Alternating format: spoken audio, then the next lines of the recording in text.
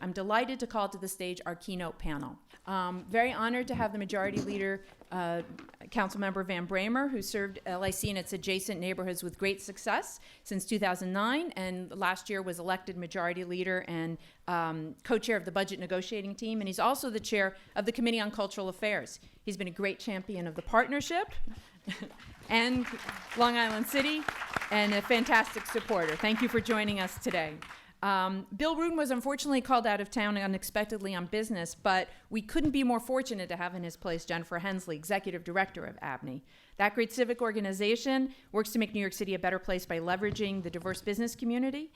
Prior to joining ABNY, Jen served as Senior Advisor to the Chairman and CEO of Empire State Development after working at both Bank of America Merrill Lynch and JP Morgan Chase. She is also an LIC resident and serves on the board of Coalition for Queens, which is working to create a thriving tech community in LIC. And by way of full disclosure, she and I had the opportunity to work together at the Downtown Alliance a long, long time ago in a borough not so far, far away.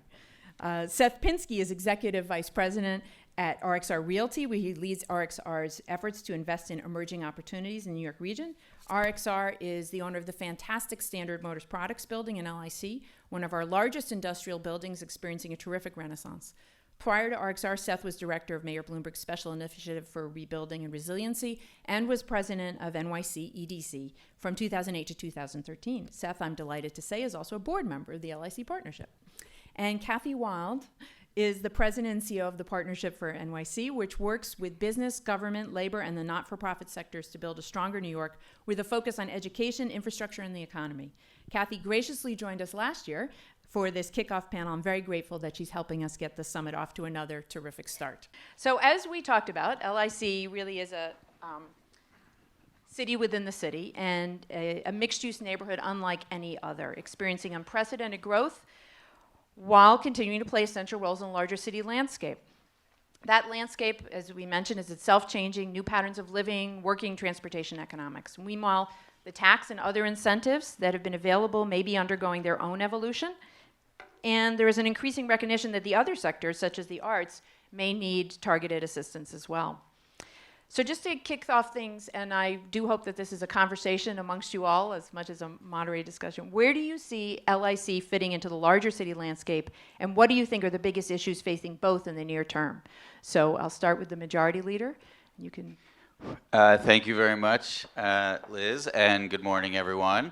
I just want to say how great it is to be here, to be with Liz and this amazing panel on a few hours sleep after we celebrated the handshake with the mayor last night. And if I could just very briefly say a nearly $80 billion budget that we agreed to last night, which will include up to 1,700 additional police officers being able to patrol the streets of New York to keep us safe. It includes, thank you very much, because all good neighborhoods start with safe, clean streets where people feel good about their community. Also, nearly $40 million for our public libraries to make sure that every single library in the city is open 6 days a week, which is a big, big victory. Millions of dollars for summer youth employment, and because I see an entire row of cultural folks from the district there, some significant increases in cultural funding across the city of New York, which is very important to me. So I just want to say it's great to be here and working with you. I think that where Long Island City goes, New York City goes, because this community and every community I represent is very important. But to the future of New York City, Long Island City is key because everybody wants to work here, live here, build here, start a new company here, and it works. It works incredibly well. Yes, there are things that we can do, and I'm sure we'll all talk about it, to make it better and sustain it.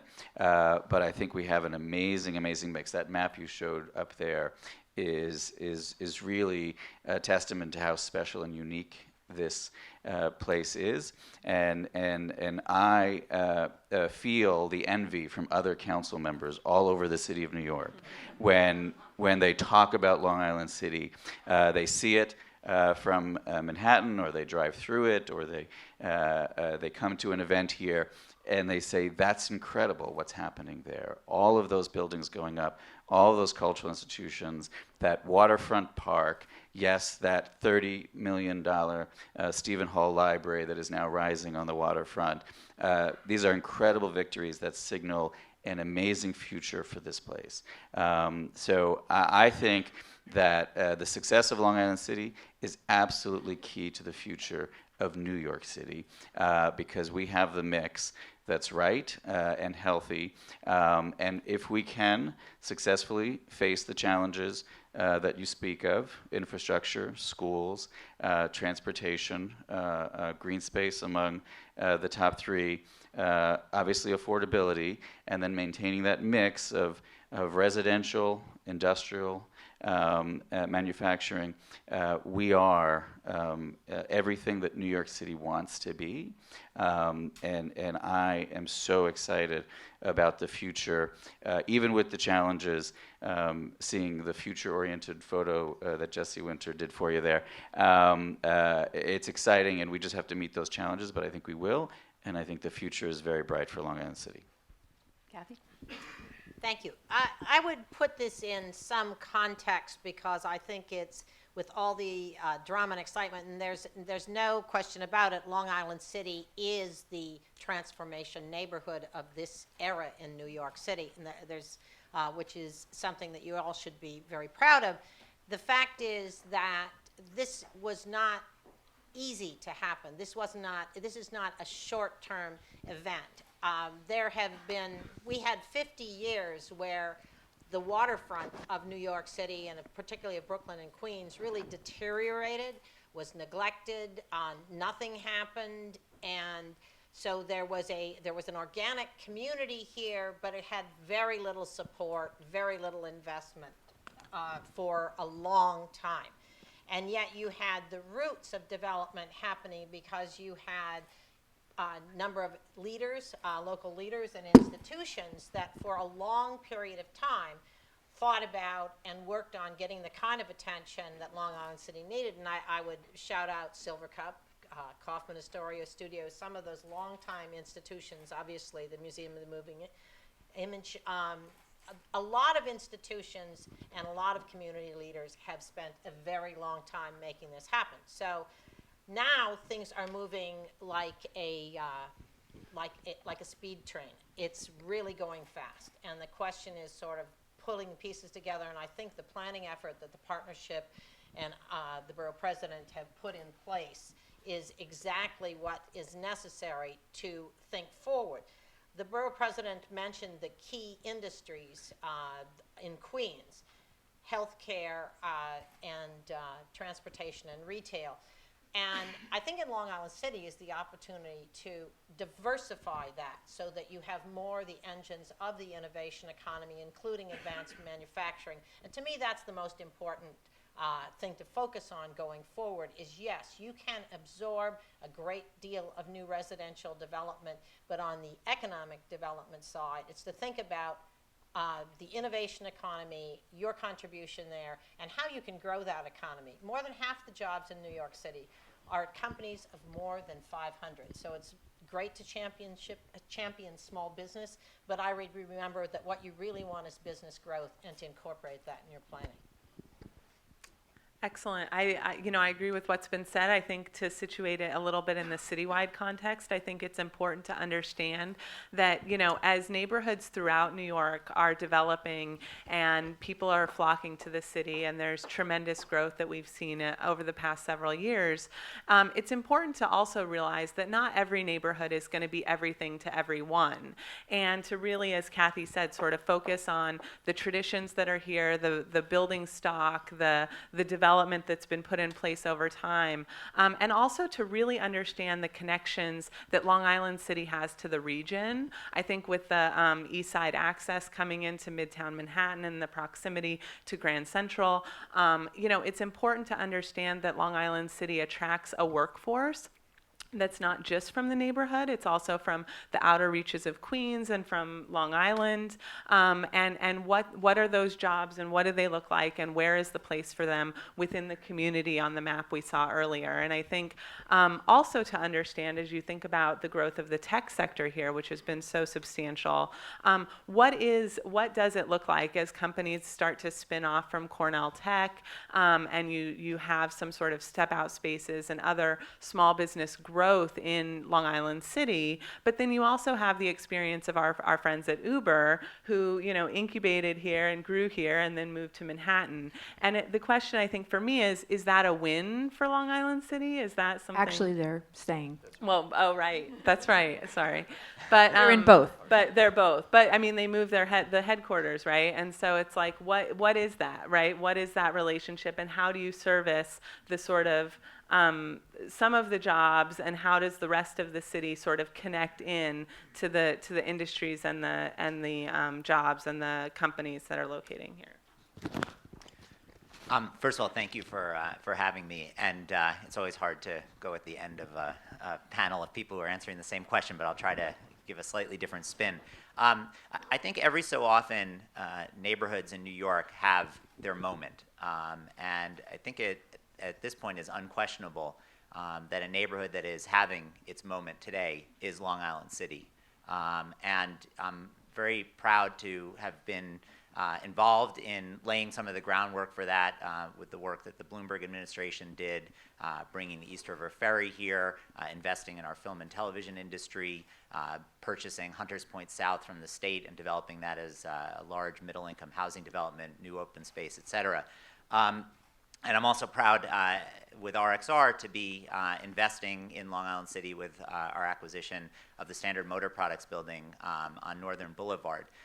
But I think, like with the city as a whole, in some ways Long Island City is suffering from the side effects of its very success.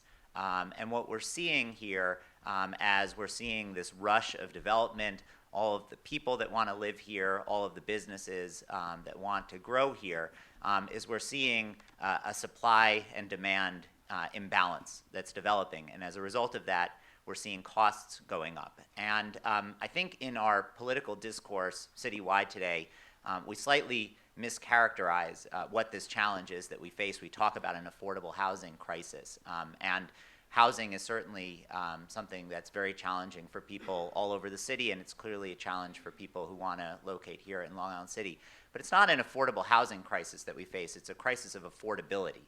And affordability is different from affordable housing in that it's a ratio of income to cost. And a very important part of the cost part of that ratio is housing, but it's not the only piece. And the income side is as important as the housing side. And what we're seeing here in Long Island City today, as more and more people want to live here, because in the New York of 2015, housing tends to be the most valuable use that you can develop on any location, is that land prices are moving towards residential valuations, which makes it very difficult to build new commercial product. We've been looking for land in Long Island City for the last couple of years on which we would love to develop a new commercial building to try to house some of those businesses coming out of Cornell and Technion campus on Roosevelt Island, but you just can't make the numbers work. And as a result of that, what's happening is that people who want to create space for commercial businesses, office businesses, are looking in turn at industrial spaces and converting those industrial spaces to commercial office uses, which is just like the residential development, great. It's important.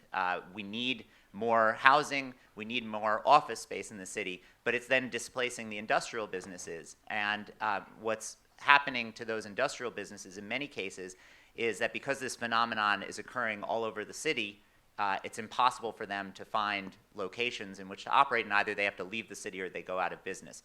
And if we want to address the affordability crisis that we face in New York, in addition to the heavy focus that we're placing on creating affordable housing units, which I think is very laudable, we also have to make sure that we're creating and preserving space for the types of businesses that hire and pay decent wages to the very people who need affordable housing. And those are people who lack, let's say, formal education or have fewer formal skills. And the industrial sector and transportation and manufacturing has traditionally provided that service to that population of the city. And we need to make sure that in this incredible moment for Long Island City, that we're preserving that critical piece of New York City, not just for the affordability crisis and to address the affordability crisis, but also because they provide the services that allow our city to function. If we can't get food into our restaurants, if we can't have transportation and warehousing that's accessible to our markets, we're not going to succeed as a city. So I think that's the primary challenge that Long Island City faces today. It's a challenge that's a result of our success, but it doesn't make it any less important for us to address. I think well said all. You know, one of the challenges that we have is what does tech mean, right? And I think a very good report was done that points out that tech means a lot of things. It means software, but it also means hardware, and it means Brooks Brothers, which has 250 people working here, who's using CNC machines to cut their ties, and it means Unique Settings, which is using 3D printing to design new settings for their jewelry, as much as it means Digital Natives, the wonderful company that designed our tech our identity for the summit today. And one of the interesting things that you see here is that the newer companies that have the Harvard graduates, the Stanford graduates, et cetera, a lot of them are doing design work, and they are leveraging the manufacturing infrastructure that's here, thanks to the beauty of computers, so that they don't have to have the means of production on large scale or even modest scale, but they can design work in that high-touch way with their companies, with their customers, and then have the materials produced here. And you just can't have that relationship if the means of production are overseas or in the heartland of the country. So I think the core question has sort of been raised, and and thank you for framing it in the context of the city, both in terms of the jobs and in terms of the services. So to throw it back to you all, what is the answer? You know, you look around, and one thing I didn't say is that you see a lot of space available signs, but our colleagues in the brokerage community will admit that those signs are really advertising for their services, but most buildings in this area are fully occupied, maybe quietly behind a brick wall, but being put to use within the context of what they are. And the economics of how you create more space are challenging. But as you say, it's not that there's too much residential development. We can have plenty more. So how do we balance all this and come up with a successful strategy, not just for Long Island City, but the city, and hopefully serve as a model to other older cities around the country? I would just be careful on one thing, and kind of in response to that question, but also in response to Seth's comments, which is the emotional pull of manufacturing as we think of it in the past, the good blue-collar jobs for a population that didn't have PhDs, is not the future of manufacturing. And people really have to think through that as they're talking about it, because if you're talking about the wrong thing, you have the same phenomenon we have had on the Brooklyn waterfront, where for years we said we'd rather have long-term storage than change the zoning, change the use, bring in new activity here. And so I think it's really important to draw that distinction, that Shapeways, the kind of new manufacturing, is not, one, nearly as job intensive, and it's not nearly as blue collar intensive. So this is changing, and you've got things going on. Liz and I were talking earlier about energy tech, and you've got Queens Vocational High School here in you've got activities going on that require education, much higher education, and I think this goes to the same point you were making about on the affordability crisis. You've got the education, skills development side that has to be part of the plan as well. But I would be very careful to not get wedded to the notion of preserving manufacturing in the way we knew and loved it in the past. Robots are going to replace people in most manufacturing, so you may want it local from time to market standpoint, but it's not going to be the same kind of job provider that it's been in the past.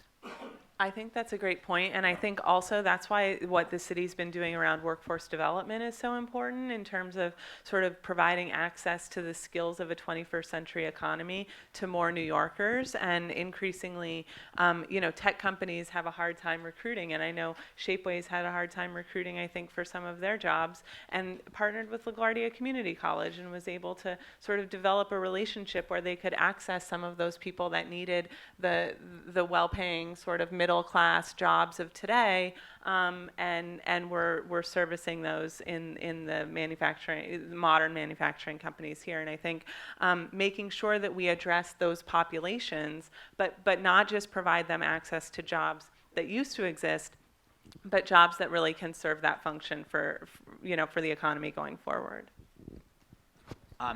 So I agree with Kathy that this shouldn't be a backward-looking economic development policy that we have. We have to look to the future and ask what New York can be competitive in and what we may be less competitive in.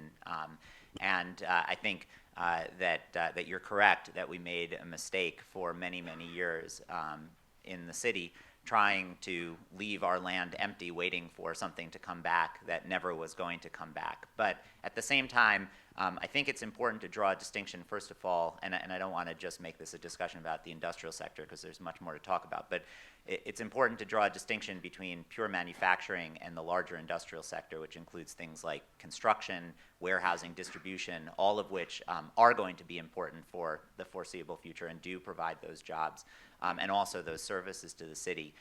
And also, I'll just say anecdotally that in my job, I spend a lot of time touring buildings that owners are offering for sale.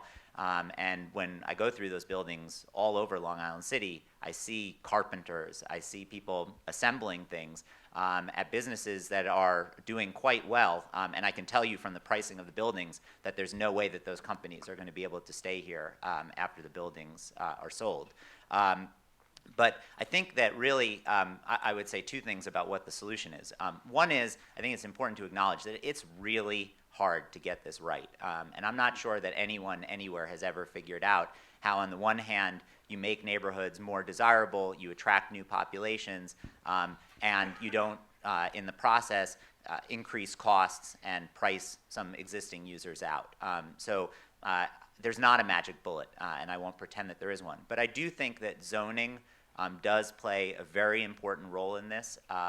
And the Department of City Planning, I think, deserves a lot of credit over the last number of years for being very thoughtful about areas that had zoning that was out of date and updating the zoning. But I think one side effect of that is, and this is true also of the push for affordable housing, there's a belief in the marketplace, whether it's a correct belief or not, but that residential development is so critical to the city that virtually anywhere at some point is going to be rezoned. And as a result of that, you're seeing everything priced to that residential level. And I think that if the Department of City Planning could send clear signals to the marketplace about those areas that are going to be changed, and also equally clear signals about those areas that are not going to be changed, we'd see some of the speculation come out of the market, and that would help to make those areas that we're trying to preserve for both industrial and other commercial jobs, and those tech jobs and those office jobs are really, really important to the future of the city. It would make it much easier for us to preserve and expand them.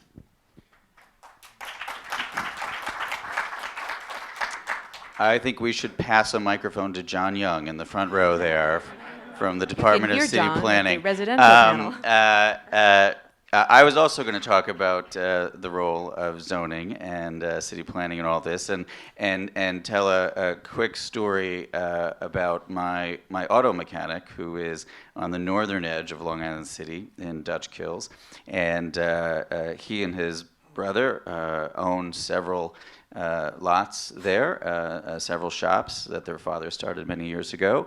And in fixing my car there one day, he knows I'm a council member, he said, so I hear, they're changing all of this, and there is a hotel going up within a site of their properties. And he said, what do you think is going to happen here? And I said, well, I think that at some point, there might be some opportunity to look here at the zoning. And I said, how do you feel about that? You own several of these lots right here in this region. He owns all four corners. And he said, "Oh, well, I don't want to go anywhere." He said, "We're very, very happy. We employ about 50 men and women here, and we fix a lot of cars, and we have a good business here, and we don't want to go anywhere. So we're not interested in selling. We want to keep doing this. We want to keep being able to do this." So to Seth's point, it's hard to get it right? Because in the shadow of that hotel that's going up that they can see, they're faced with this predicament. And some people would say, well, you all could sell probably at a pretty good price at some point, and you wouldn't have to fix cars anymore. But they like the business that their father built and that they have, and that part of Dutch Kills / Long Island City, as John knows, I'm just looking at you, John, because we look at these maps an awful lot together, is incredibly industrial, and there are a lot of businesses there. So, but I think to speak of zoning, you can't talk of zoning without talking about the rezoning that is currently being proposed by the administration, which would incorporate portions of Northern Boulevard, Queens Plaza, and all of Jackson Avenue, and think that this is an opportunity for us to strike that right balance, right, and find the density for the affordable housing that the administration is looking for, but also preserve some of the things that are worth preserving, and then meeting those great needs in terms of affordable housing, live workspaces for artists, and making sure that there's green space, schools, and transportation. So, and that doesn't even speak to Sunnyside Yards, which of course is something else that is being thought of. But I think the power of zoning and getting it right is there for us. This is an opportunity, should we meet it and seek it, to do something good that addresses all of these things. And I just want to point out, everyone keeps talking about the tech sector. There's a great app called Songza. Hopefully everyone knows about Songza. It's on my phone. I listen to it at the gym all the time. And a young man, Brown graduate, who lives in Long Island City, created that company several years ago in Long Island City. And Google purchased the company a few years ago. But Elias is committed to Long Island City and committed to what we're doing here. But it posed a challenge as he grew, as that company became even more successful. And all of you should download Songza today to work out to. But how do we keep Songza and the Songzas in Long Island City? Absolutely. And Paula Kirby, who of the Plaxall family, who is Songza's landlord, will be speaking on the LIC as a Home for Business panel, and we'll talk about Songza and what were the challenges and so on. And John Young will be speaking on the residential panel. And all of these issues are fantastic. We could keep going, but I did promise the audience a time for some questions. So if there are a couple of questions briefly, and then we'll wrap up. Do I see any hands? Or everybody's in great shape? Ah, Alan. Oh, Alan. Who you can also hear at the end of the day, as Kathy mentioned, both Alan and Hal Rosenbluth really have been leaders over the decades making those investments. And please, at the end of the day, we will round off with a review of their impressions of Long Island City. So thank you, Alan. I just have an observation, and it's really something to consider as opposed to a question to be answered. But listening to each person on the panel, and understanding the current administration's focus on trying to upzone in commercial industrial areas to get more affordable housing, and what it does displace these other businesses and does not necessarily provide space for the new innovation economy. Seth, you've pointed out to me separately how different the spaces are in the new innovation economy, the tech sector in California. We don't have enough stock of existing buildings in order to provide that kind of space and that new manufacturing economy. So what I would suggest, and as I've suggested to John Young to my left, that in looking at the rezoning of whether it's Long Island City and some of these other areas, that not only are the developers given a bump in FAR for providing affordable housing, but they should be given the same thing for providing new commercial industrial space. Because what that does, Seth, it takes away the notion of land cost. Land cost is now gone, and we don't have to deal with the, charging against housing and what have you. We're just dealing with construction dollars. So it's an EIS issue that I think everyone has to face, but it will preserve a richer environment, certainly here in Long Island City, and I just think it's something for everyone here in the room to consider. Well, alternatively, you can also think about, we should be thinking about our zoning code in a different way in terms of vertical mixed use. And so that we don't, we were talking earlier, and Liz and Gary were talking about some of the unintended consequences of the rezonings that kept the manufacturing at R2 instead of allowing for a mixed-use development that cross-subsidizes, because in many cases the housing can, as opposed to the affordable housing agenda, the housing can cross-subsidize the innovation economy, and I think you've got to think both ways. And I just would like to say I agree 100% with that, and that we have to think creatively. I do think, though, that in some cases residential is not compatible with other uses, and in some cases also that no matter what the zoning code says, once you allow a certain use in, even if people initially build for that use and then get their C of O for that use, over time there's cheating, there's not a lot of enforcement, et cetera, and the neighborhood flips. And we just haven't seen a lot of places where that mixed use zoning actually results in the mix of uses that people intend. So again, that's not a reason not to pursue it. I just don't think it's been a priority, and I don't think people have been thinking that way. No, I don't disagree with historically, it's a that. different. But again, I think that we just have to be thoughtful about it. That's my only point, because there are lots of things where the laws on the book say that a neighborhood's supposed to look one way, and the reality on the ground is that it looks a different way. And we just have to make sure that before we open the door to more residential development in some of these commercial districts, even if it's with the intention of trying to create new commercial space, that we're not going to end up with purely residential areas as much as we need the residences, because we also need the jobs. And just one final point, I do think that Long Island City has a huge opportunity with the campus being built on Roosevelt Island. And actually, when I came to RXR, the first idea that I pitched to Scott Reckler there was that really what Long Island City should become in the future is the Kendall Square of New York City. And for those of you who know Boston, this is the area around MIT that was formerly an industrial area. It declined significantly, and it's now the heart of high-tech Boston.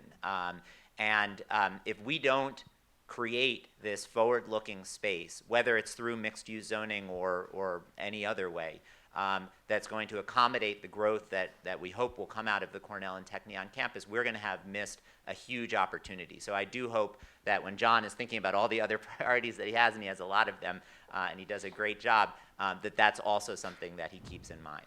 What time is John speaking later? I'm going to come back from City Hall just for that part. John, you're going to answer every question on behalf of Mayor de Blasio. Good luck. I would say also that one of the great things about Long Island City is that it is so big, and there are sub areas, and there are some areas that are more consistently heavier industrial, for example, supplying the concrete that allows skyscrapers to be built in the city, and other things. So we can test out a variety of solutions in Long Island City, and I hope successfully.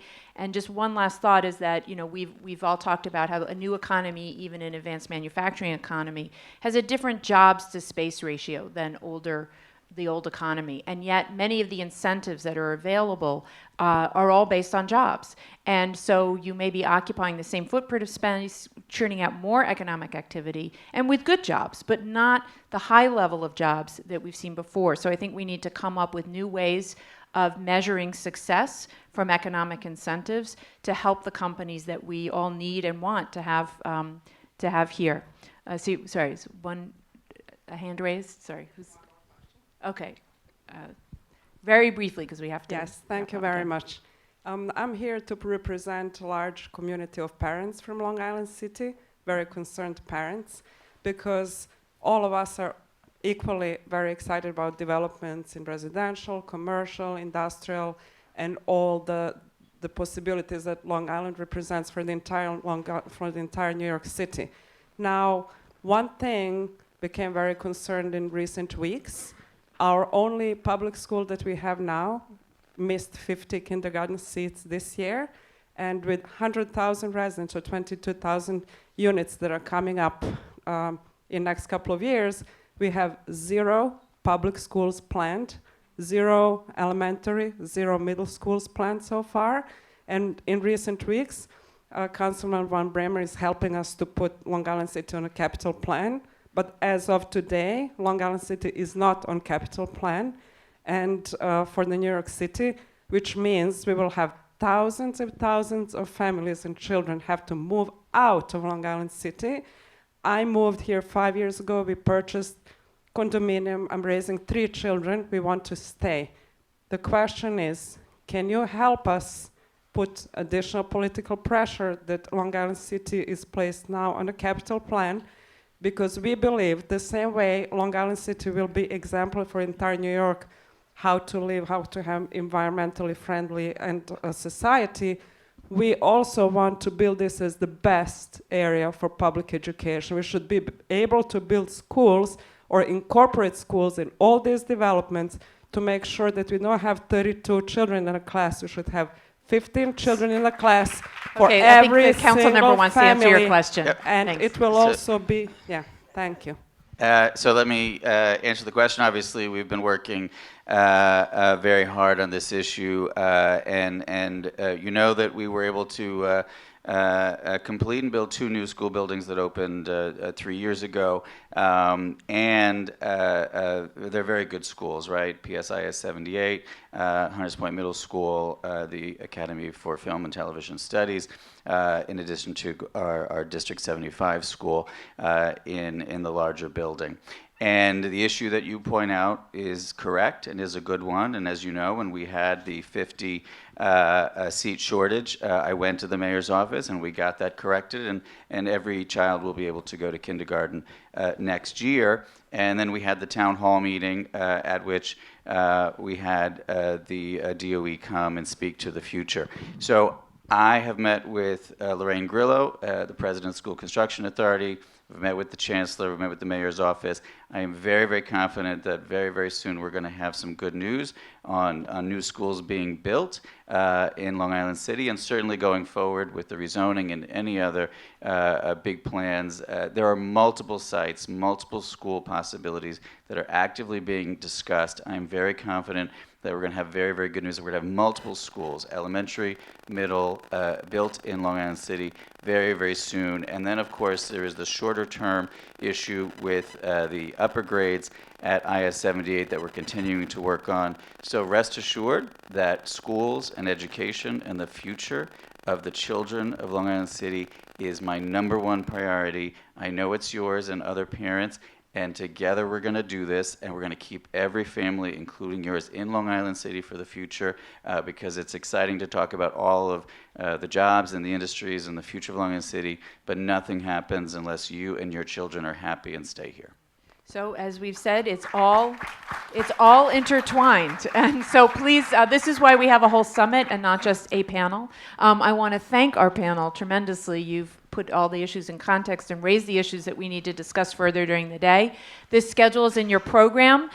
Please come to all your sessions on time, even though we're a little behind. Bartos is a more intimate setting for some of the panels, and we have panels in here. And there's food throughout the day. Please tweet at #LIC Summit, and stay tuned for more great things, not only today, but in the year to come. Thank you.